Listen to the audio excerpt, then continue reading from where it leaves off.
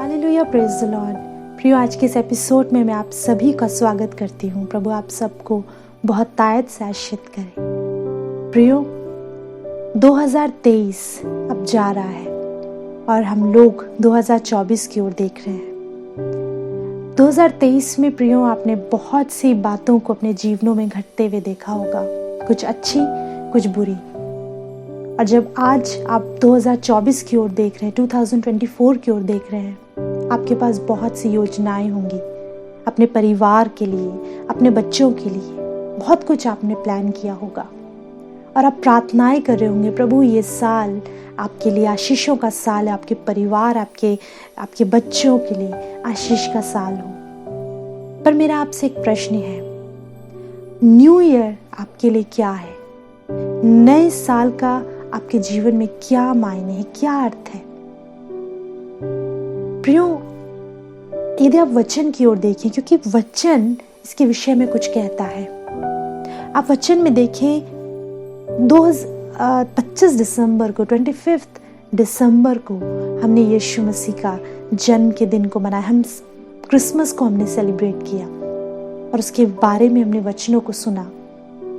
आप मेरे साथ वचन से एक स्थान से निकाले, लूका रचित सुसमाचार, उसका 2 अध्याय, उसका 21वां पद। यहाँ पर क्या लिखा है?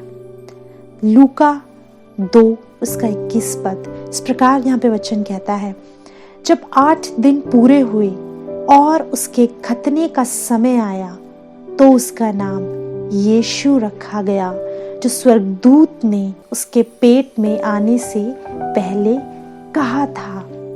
25 दिसंबर को हमने यीशु मसीह के जन्म के दिन को मनाया। आप जानते हैं, आपने वचन में पढ़ा होगा कैसे स्वर्गदूत मरियम के पास आकर कहता है कि तू पुत्र जनेगी, उसका नाम यीशु रखना।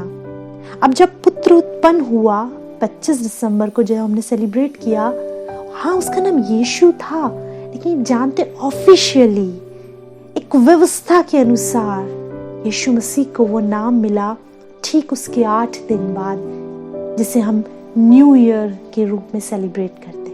1 जनवरी, 1 तारीख को, 25 दिसंबर से 1 जनवरी, यानी वो 8वां दिन, जब 2 बातें हुई, यीशु मसीह का खतना और यीशु मसीह का नाम रखा जाना।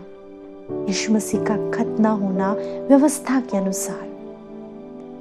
अब वचन में देखिए, मूसा को जो परमेश्वर ने व्यवस्था दी थी, उसमें ये लॉ था कि बच्चे का 8वें दिन खतना होना जरूरी था। ये व्यवस्था दी गई थी। और ना सिर्फ मूसा को, परमेश्वर ने अब्राहम से जब बात करी, परमेश्वर ने उससे क्या कहा?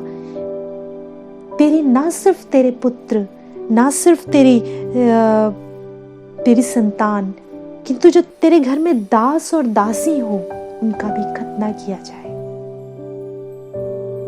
खतने के विषय में परमेश्वर ने आज्ञा दी थी। यानी कि अगर हम बिब्लिकली इस बात को समझे तो 25 दिसंबर से 1 जनवरी वो दिन ठहरता है जब उस समय, उस व्यवस्था के हिसाब से खतना किया जाता था। और यीशु मसीह का खतना 1 जनवरी यानी न्यू ईयर जिसे आप कहते हैं हुआ। पर मेरा एक प्रश्न है, क्या आप क्या सोचते हैं कि खतना क्या है? इतना हमने समझ लिया कि ये जो न्यू ईयर है, अधिकतर लोग क्या करेंगे? दुनियावी रीति पे इसे सेलिब्रेट करेंगे। बहुत से लोग म्यूजिक के साथ, पार्टीज के साथ, अपने मित्रों के साथ, अपने फ्रेंड्स के साथ, या किसी भी रीति पर इसे सेलिब्रेट करेंगे। और आप लोग प्लान कर रहे होगे, आप लोग कर रहे होगे उस रीति पे सेलिब्रेट। पर एक आत्मिक व्यक्ति इसे कैसे सेलिब्रेट करे? क्या परमेश्वर आपसे ये चाहते हैं कि आप दुनियावी रीति पर तो इसे मनाएं, पर आप इसके भेद को ना समझ पाए? जैसे क्रिसमस का अपना एक भेद है, और आप जानते हैं इस जगत के उद्धारकर्ता यीशु मसीह का खतना उस दिन हुआ, तो उसका नाम उस दिन रखा गया। तो आपके लिए इसके आत्मिक मायने क्या है? आप दुनियावी रीति पे इसे सेलिब्रेट नहीं कर सकते। सिर्फ आप जरूर आनंद मनाएं, लेकिन मात्र ये आनंद काफी नहीं है, कुछ होना जरूरी है। खतने का अर्थ क्या है? वचन में मेरे साथ आप एक स्थान से निकाल सकते हैं, रोमियो की पुस्तक उसका 2 अध्याय उसका 28वां और 29वां पद क्या कहता है? क्योंकि यहूदी वो नहीं जो प्रकट में यहूदी है, और ना वह खतना है जो प्रकट में है और देह में है, पर यहूदी वही है जो मन में है, और खतना वही है जो हृदय और आत्मा में है। जी हाँ, खतना क्या है? जो हृदय और आत्मा में है। क्या कहता है यहाँ पे वचन? कि हाँ, अब जब 8वां दिन हो गया, जब यीशु मसीह का खतना हुआ, उस खतने के मायने क्या है? उस खतने का मायना है हृदय और आत्मा का खतना। वो देह की बात नहीं कर रहा है। पौलुस कहता है हृदय और आत्मा का खतना। आप जानते हैं आपके जीवन में एक नया साल ऐड हो रहा है, और यदि आप उन्हीं अभिलाषाओं के साथ, उन्हीं जीवन की उन्हीं बातों के साथ, उन्हीं पाप, उन्हीं विचारों के साथ आप इस नए साल में एंटर कर रहे हो, रुक जाइए इस 1 तारीख को और अपने हृदय और आप अपने आत्मा को परमेश्वर के आगे रखिए। ओ प्रभु, इस बात को, इस अभिलाषा को, इस चीज को मेरे जीवन से दूर कर। इस नए साल में कुछ नया होना चाहिए। इस नए वर्ष में आपके जीवन में भी कुछ नया होना चाहिए।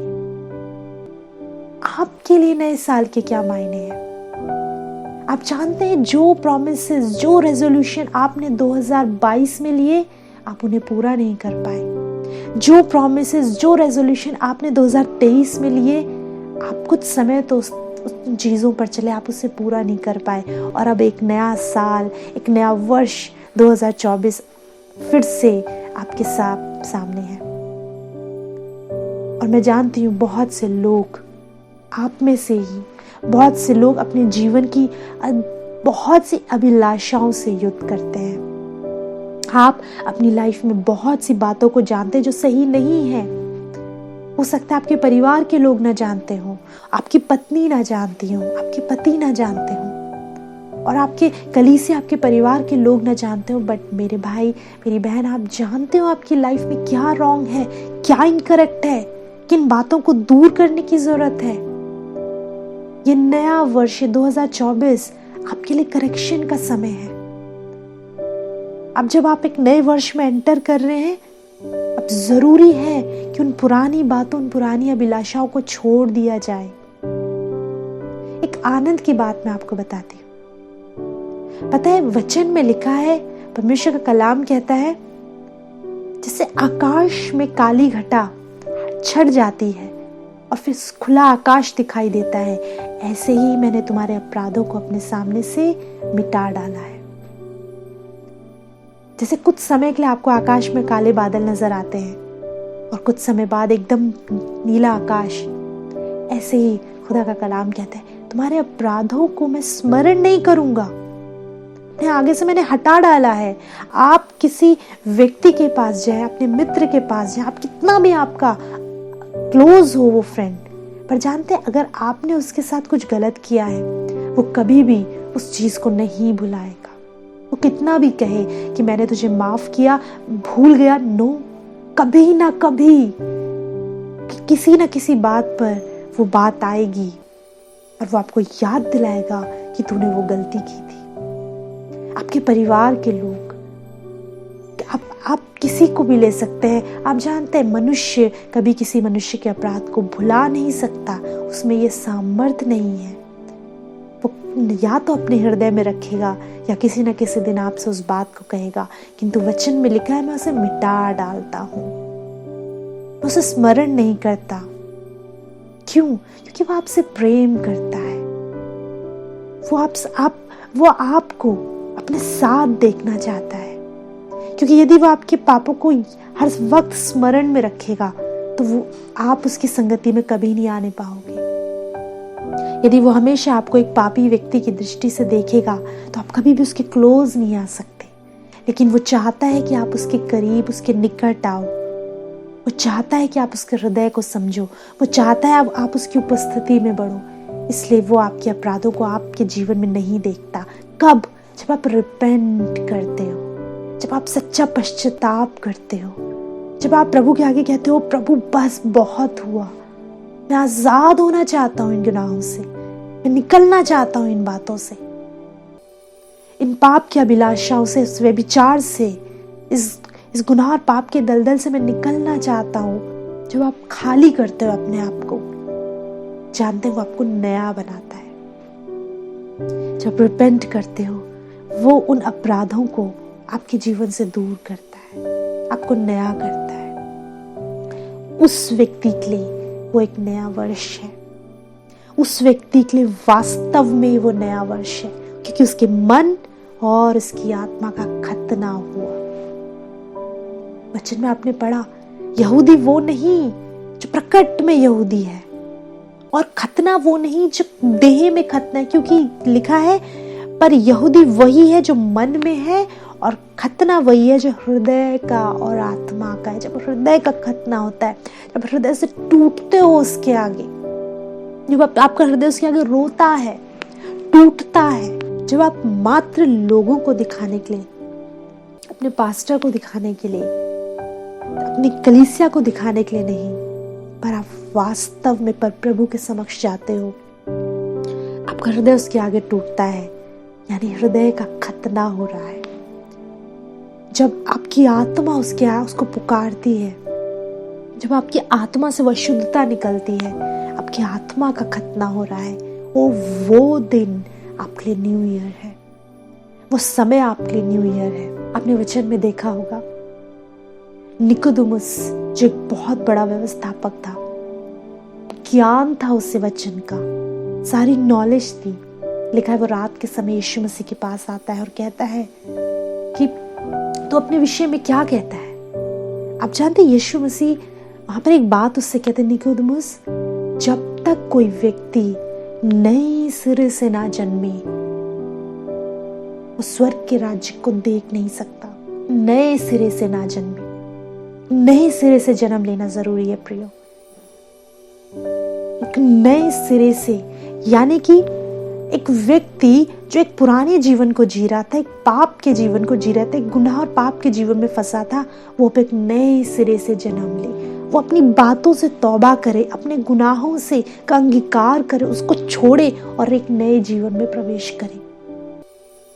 आप मेरे साथ एक स्थान से निकाल सकते हैं, मत्ती रचित सुसमाचार, उसका 9वां अध्याय, उसके 16 और 17 पद को हम देखेंगे। मत्ती उसका 9 अध्याय, उसका 16-17 पद। यहाँ पे लिखा है, कोरे कपड़े का पैबंद पुराने वस्त्र पर कोई नहीं लगाता, क्योंकि वो पैबंद उस वस्त्र से कुछ और खींच लेता है और वह अधिक फट जाता है। और लोग नया दाखरस पुरानी मशकों में नहीं भरते, क्योंकि ऐसा करने से मशकें फट जाती हैं और दाखरस बह जाता है और मशकें नष्ट हो जाती हैं। परंतु नया दाखरस नई मशकों में भरते हैं और वो दोनों बचे रहते हैं। लिखा है, लोग नया दाखरस पुरानी मशकों में नहीं भरते। नया दाखरस पुरानी मशकों में नहीं भरते। क्यों? क्योंकि फट जाती हैं। आपके जीवन का नया होना जरूरी है। न्यू ईयर का अर्थ क्या है मेरे प्रियो? न्यू ईयर का अर्थ है, नए साल का अर्थ है जब आपका जीवन नया हो, जब आपका जीवन नया हो, जब वो मशकें नई हो, तब उनमें नया दाखरस डाला जाएगा। आप कह रहे हो प्रभु तू मुझे अपने अभिषेक से भर दे, आप कह रहे हो अपनी सामर्थ से भर दे, आप कह रहे प्रभु मुझे अपनी आशीषों से भर दे, प्रभु तू मुझे इस्तेमाल कर, प्रभु तू मुझे ये दे, आशीषें दे, बरकतें दे। आप बहुत सी बातों के लिए इस वर्ष प्रार्थनाएं कर रहे हो और आपका जीवन वही है, जीवन नहीं बदल रहा। प्रभु का वचन कहता है पहले इन मशकों का बदला जाना जरूरी है। परमेश्वर का वचन कहता है पहले इन मशकों का बदला जाना जरूरी है। नई मशकें होनी चाहिए, नया जीवन होना चाहिए। और नया जीवन कौन देगा? प्रभु। आप जानते हैं आपको आपके लिए अच्छी न्यूज यहाँ पर क्या है? आपको खोज करने की जरूरत नहीं, नया भी वही करेगा, नया भी वही बनाता है। परमेश्वर का आत्मा नया बनाता है। आपको नहीं सोचना मैं कैसे नया बनूं, परमेश्वर का आत्मा आपको नया करेगा। पवित्र आत्मा के द्वारा आप नया जन्म के अनुभव को पाओगे। पवित्र आत्मा आपको न्यू बनाएगा। लेकिन पवित्र आत्मा कब कार्य करेगा? जब वो व्यक्ति वास्तव में हृदय और आत्मा का खतना ले, यानी कि हृदय और आत्मा से टूटे प्रभु के आगे। परमेश्वर का कलाम यदि आपको तोड़ता है, खुदा का वचन यदि आपको तोड़ता है, आइए घुटनों पर प्रभु से क्षमा मांगिए उन बातों की जो आप जानते हो आपके जीवन में है, उन अभिलाषाओं की, उस पाप और गुनाह की बात की जो आपके जीवन में है। और जब वो बातें आप दूर करेंगे, अपनी लाइफ से रिपेंट करेंगे, होली स्पिरिट आपको न्यू करेंगे। आप जानते हैं, अब जब आप 2024 में एंटर कर रहे हैं प्रियो, ये वर्ष परमेश्वर की अनुग्रह से आपको मिला है। आपको ये जीवन योजना के अंतर्गत मिला है, यूं ही इस पृथ्वी पर नहीं है। वो प्रभु एक नए साल में आपको लेके जा रहा है। ना जाने कितनों ने योजनाओं को बनाया, अपने जीवन की लंबी लंबी योजनाएं बनाई, आज वो संसार में नहीं है। आप धन्य लोग हैं, प्रभु का धन्यवाद करें। ओ प्रभु तेरा धन्यवाद कि तूने मुझे जीवित रखा, एक नए वर्ष को मैं देखने पा रहा हूँ। अब अपने जीवन के साथ आप क्या करेंगे ये आपके हाथ में है। स्वतंत्र इच्छा परमेश्वर ने आपको दी है, फ्री विल है आपके पास कि अब आप क्या करोगे इस लाइफ का। आपने अपने जीवन को किन बातों में खराब करा हुआ है, आप किन बातों को छोड़ नहीं पा रहे हो, आपकी नशे की आदतें आप नहीं छोड़ पा रहे हो, आप किसी को क्षमा नहीं कर पा रहे हो, अपने हृदय में लेकर बैठे हो। बीते कई वर्षों से आप उस व्यक्ति से बात नहीं कर रहे हो, अपने हृदय में एक गांठ बांधे आप बैठे हो। आप अपने हृदय में कुछ बातों को लेकर बैठे हो जिन्हें आप भूल नहीं पा रहे हो।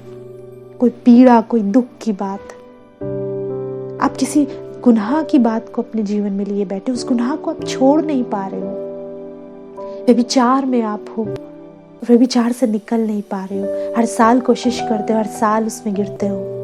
आप गलत संबंधों में हो या आप किसी भी प्रकार की बात में हो प्रियो, ओ खुदा का कलाम आज आपसे इस बात को कहता है, वो आपको नया करेगा। आपको कुछ नहीं करना है, बस उसके आगे सरेंडर करना है, बस उसके आगे इस बात को कहना है, प्रभु मुझसे नहीं होता। मैं हर साल अपने शरीर पे भरोसा रख के कोशिश करता हूँ। आप जानते हैं संसार, दुनिया के और लोग भी रेजोल्यूशंस को लेते हैं, आप ही नहीं लेते। एक आत्मिक व्यक्ति तो लेता है, पर जो यीशु मसीह को नहीं जानते, अन्य लोग भी रेजोल्यूशंस लेते हैं। कुछ पूरे होते हैं, कुछ नहीं कर पाते।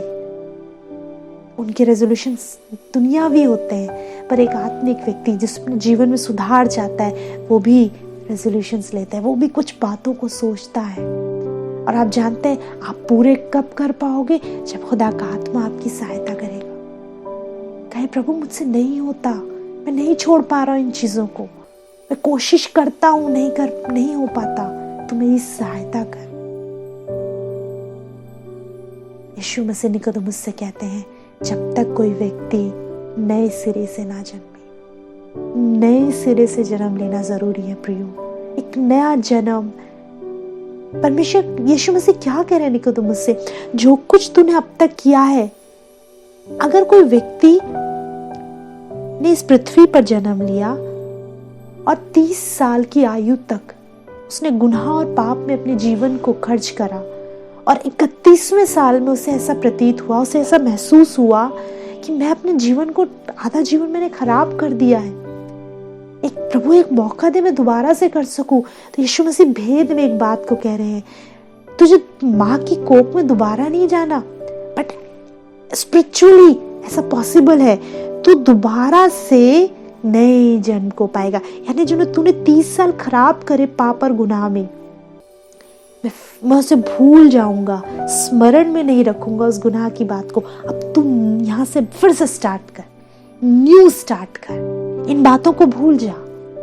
मैं भूल रहा हूं इन बातों को, स्मरण नहीं करूंगा। ये तेरा नया जन्म है। अब नए जन्म की बात करेंगे। अब तू जो धार्मिकता की चाल चलेगा उसकी बात करेंगे। अब जो तू अपने हृदय को शुद्ध रखेगा इसकी बात करेंगे। अब जो पवित्र चाल चलन तेरा होगा, अब हम इसकी बात करेंगे। अब जब तेरा बोल चाल, तेरा चाल चलन, तेरा जीवन नया होगा, अब हम इसकी बात करेंगे। तू पुरानी बातों को मैं याद नहीं रखूंगा। ये नया जन्म होगा। व्यक्ति वही है, जीवन वही है, लेकिन प्रभु इसे 2 भागों में देखेगा। तेरा पुराना जीवन मैं नहीं देखता, मैं तेरे नए जीवन को देखूंगा। मैं तुझे ऐसे ही प्रेम करूंगा। अब किसी भी व्यक्ति को उठाकर देख लीजिए वचन में से मेरे प्रियो, मूसा का जीवन, वो मिस्र में रहता था, एक पुराना जीवन। वो अपने ससुर यित्रो की भेड़ बकरियां चराता था, वो पुराना जीवन। लेकिन जब परमेश्वर की बुलाहट हुई, वो खुदा के कार्यों को करने लगा, वो दूसरा जीवन। वो प्रभु ने उसके एवज में बहुतायत की आशीषें दी। उसके एवज में इजराइलियों को निकालकर मूसा को वचन में क्या स्थान दिया है। दाऊद का जीवन, परमेश्वर ने उसे क्या स्थान दिया। आपने उड़ाऊ पुत्र के विषय में पढ़ा होगा, जिसका दृष्टांत यीशु मसीह ने चेलों को बताया। उसके दो जीवन थे, एक गुनाह और पाप का जीवन जो वो जी रहा था, पर किंतु जिस दिन वो लौट आया, उसके पिता ने उसे गले लगाया। पुरानी बातें बीत गई, अब देखो सब कुछ नया हो गया। वहां से सब परमेश्वर, उस पिता ने उसे गले लगाया, वहां से एक नया जीवन है। आप कब नए जीवन में प्रवेश करेंगे? न्यू ईयर आएगा, वो साल पुराना हो जाएगा और फिर एक नया न्यू ईयर आ जाएगा। ऐसे ही जीवन कटता जाएगा, किंतु आप कब नए बनेंगे? आपके लिए वास्तव में न्यू ईयर क्या है? वचन में लिखा है 8वें दिन यीशु मसीह का नाम रखा गया, उसका खतना हुआ। वो मुबारक समय है प्रियो, ये मुबारक समय है। दुनिया के लिए ये कुछ भी हो, पर आप इस भेद को समझिए, मन का खतना और आत्मा का खतना जरूरी है। इस खतने के साथ इस नए साल में प्रवेश करें। उन गुनाह और पाप के जीवन से आजाद होने का समय है। ये वर्ष खुदा की निकटता में बैठने का समय है। ये वर्ष उसकी हुजूरी में बढ़ने का समय है, नए बनने का समय है, एक नए जीवन में प्रवेश करने का समय है। और आपको आनंदित होना चाहिए इस बात से कि आपका पिता आपसे इस रीति पे प्रेम करता है, इस हद तक प्रेम करता है कि वो आपके पुराने जीवन के विषय में आपसे प्रश्न नहीं करता। वो क्षमा करने वाला है। वचन में लिखा है, वह अनुग्रहकारी, विलंब से कोप करने वाला, अति करुणा में है। वो क्षमा करने वाला परमेश्वर है, वो क्षमा करने वाला परमेश्वर है। आज जानते हैं यीशु मसीह इस हमारे जीवन में आए, यीशु मसीह इस पृथ्वी पर आए। हम जानते हैं यीशु मसीह के द्वारा हमें पापों की क्षमा मिली है। जो भी उस पर विश्वास करेगा वो नाश नहीं होगा, अनंत जीवन पाएगा। हमें खूबसूरत गिफ्ट मिला है कि हम उस पर विश्वास करके, अपने गुनाहों का अंगीकार करके हमें क्षमा मिलती है। बहुत इजी वे, बहुत आसान मार्ग है परमेश्वर तक पहुंचने का। यीशु मसीह ने कहा, मार्ग, सत्य, जीवन मैं ही हूं। बिना मेरे द्वारा तुम पिता तक नहीं पहुंच सकते। मैं ही हूं मार्ग, सत्य और जीवन। उसके अलावा कोई मार्ग नहीं, उसके अलावा कुछ सत्य नहीं और उसके अलावा कहीं जीवन नहीं। वो मार्ग है पिता तक पहुंचने का।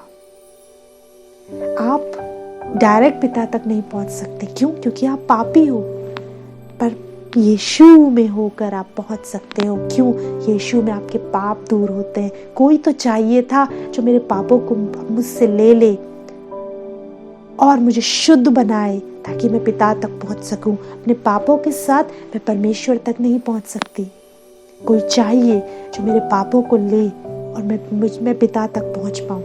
यीशु ने मेरे पापों को लिया और मुझे पिता तक पहुंचाया। यीशु मसीह पर विश्वास करने से आपके गुनाह, आपके पाप क्षमा किए जाते हैं। जब आप अंगीकार करते हो, जब आप अंगीकार करते हो, खुदा मुझसे गलती हुई, प्रभु मुझसे गलती हुई।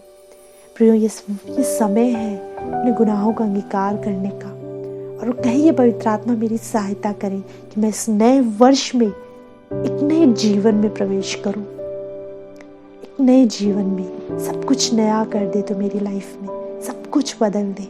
और विश्वास करिए ऐसा ही होगा। आप नए सिरे से जन्म लोगे। कितनी भी आपकी आयु है, प्रभु के लिए आयु मैटर नहीं करती। 40 वर्ष, 60 वर्ष, 70, कितनी भी अधिक और कितनी भी कम क्यों ना हो, कोई सी भी आयु का व्यक्ति जब खुदा के आगे घुटने टेकता है, आप उसकी संतान हो। पृथ्वी पर आयु मायने करती, स्वर्ग में नहीं। परमेश्वर की आप संतान हो।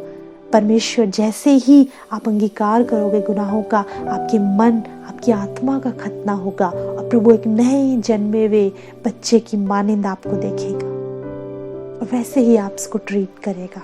वो पुरानी बातों को स्मरण नहीं करता, पुराने अपराधों को स्मरण नहीं करता। हालेलुया। आइए अपनी आंखों को बंद करें, प्रार्थना करें। हालेलुया। सच में प्रभु हम धन्यवाद देते हैं कि तू महान है, दयालु है प्रभु।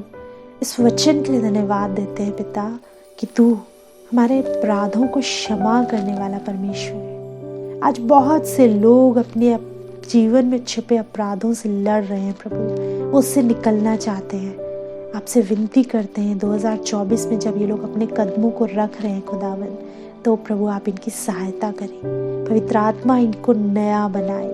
जब ये रिपेंट करते हैं, आपके आगे आंसू बहाते हैं, इनकी मन और इनकी आत्मा का खतना होता है, तो ये नया वर्ष खुदा इनके जीवन में नई बेदारी को लेकर आए। खुदा इनके जीवन को तू नया बना दे प्रभु। यीशु जब वचन में लिखा है कि 8वें दिन तेरा खतना हुआ, वो बड़े गहरे मायने हैं प्रभु इस बात के। प्रभु होने पाए वो इस मायने को तेरे लोग समझने पाए प्रभु। धन्यवाद आपके कलाम से हमसे बात करने के लिए।